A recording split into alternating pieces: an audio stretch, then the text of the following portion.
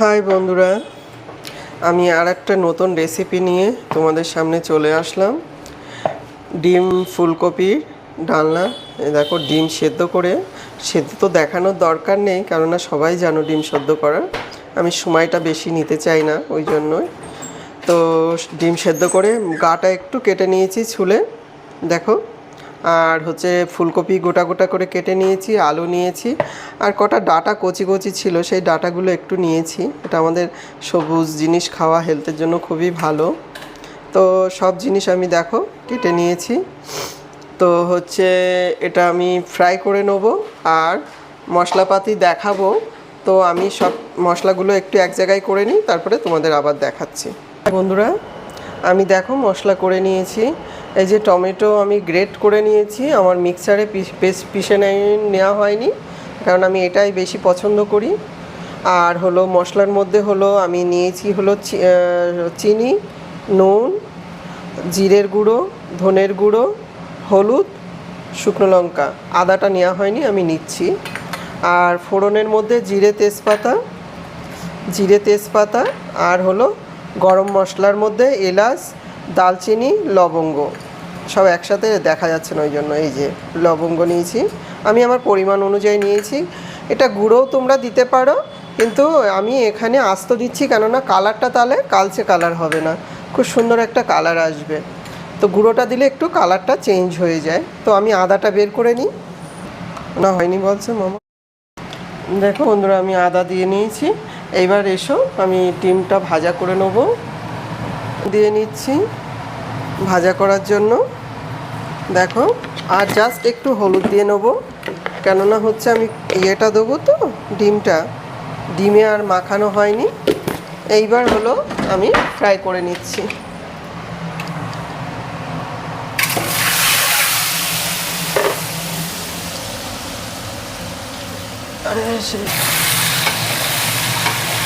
ডিমটা আমি বেশি ফ্রাই করব না, জাস্ট 1 মিনিট, কেন ডিমটা তাহলে নরম থাকবে। আমি এই যে ডিমটা তুলে নিচ্ছি।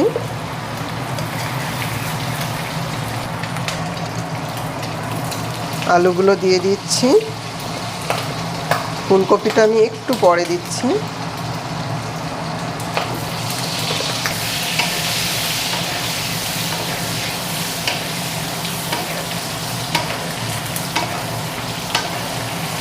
আমি এতেও হচ্ছে ফোড়ন দিয়ে দিচ্ছি।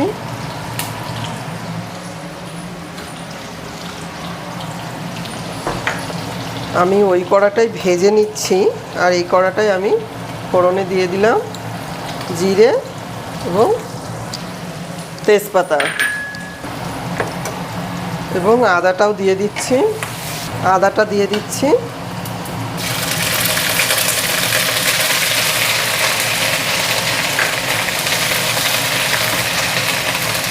আমি টমেটোর পেস্টটাও দিয়ে দিচ্ছি, দিয়ে সব মশলাগুলো দিয়ে দিচ্ছি।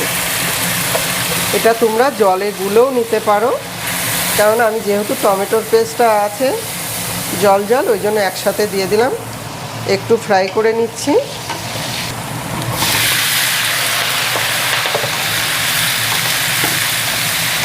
জাস্ট ফুলকপি আর এটা একটু সাদলে নেবো। আলুটা একটু বেশি ভেজে নিলাম, দিয়ে ফুলকপি দিয়ে আলু জল দিয়ে দিচ্ছি।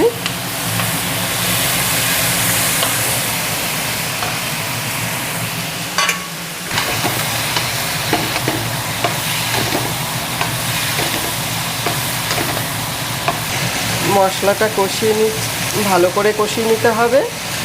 জাস্ট মানে অন্তত 10 মিনিট কষিয়ে নেবে। যদি জলটা শুকিয়ে যায় তাহলে আরেকটু জল দিয়ে নেবে।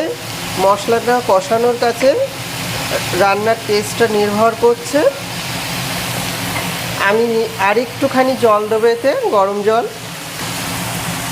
এই যে আমি অল্প আরেকটু জল দিয়ে দিলাম, গরম জল। তাহলে আমি আলু আর ডিমটা দিয়ে দেবো।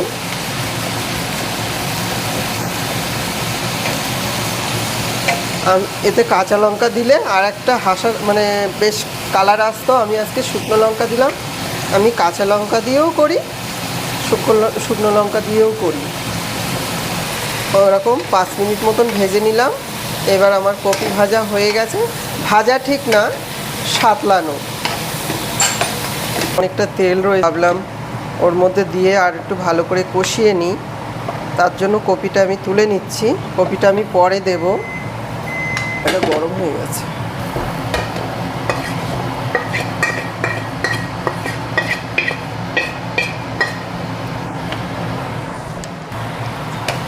আমি ভালো করে কষিয়ে নিচ্ছি। দেখো ডিমটা দিয়ে দিলাম।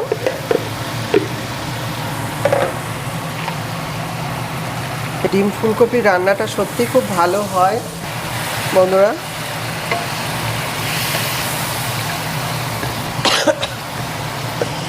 নিই 2 মিনিট, তারপরে জল দিয়ে দেবো।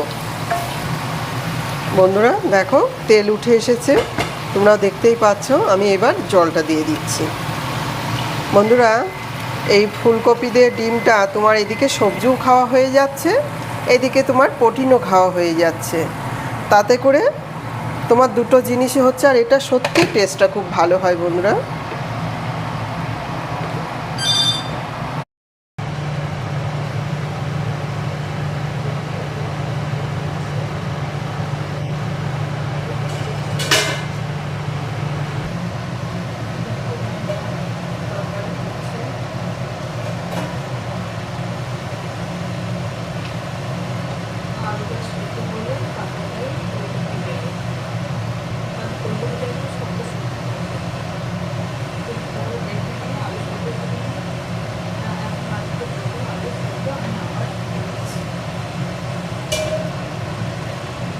আমি হচ্ছে প্রায় 15 মিনিট বাদে আসলাম।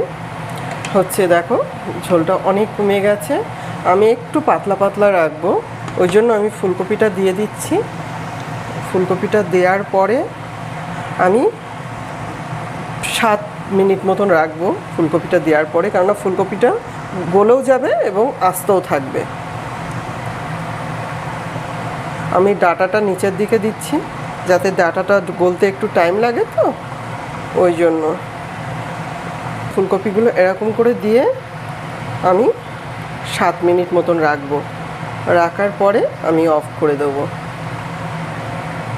তো আমি এবার ঢেকে দিচ্ছি 7 মিনিট, তারপরে আমি আবার ফিরে আসছি। দেখো বন্ধুরা আমি 7 মিনিট পরে চলে এসেছি।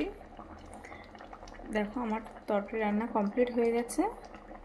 যদি তোমাদের ফুলকপি আলুর ডিম এই রেসিপিটা ভালো লেগে থাকে, তোমরা প্লিজ একবার ট্রাই করো, আর খেয়ে আমাকে কমেন্ট করে জানিও যে কেমন লেগেছে।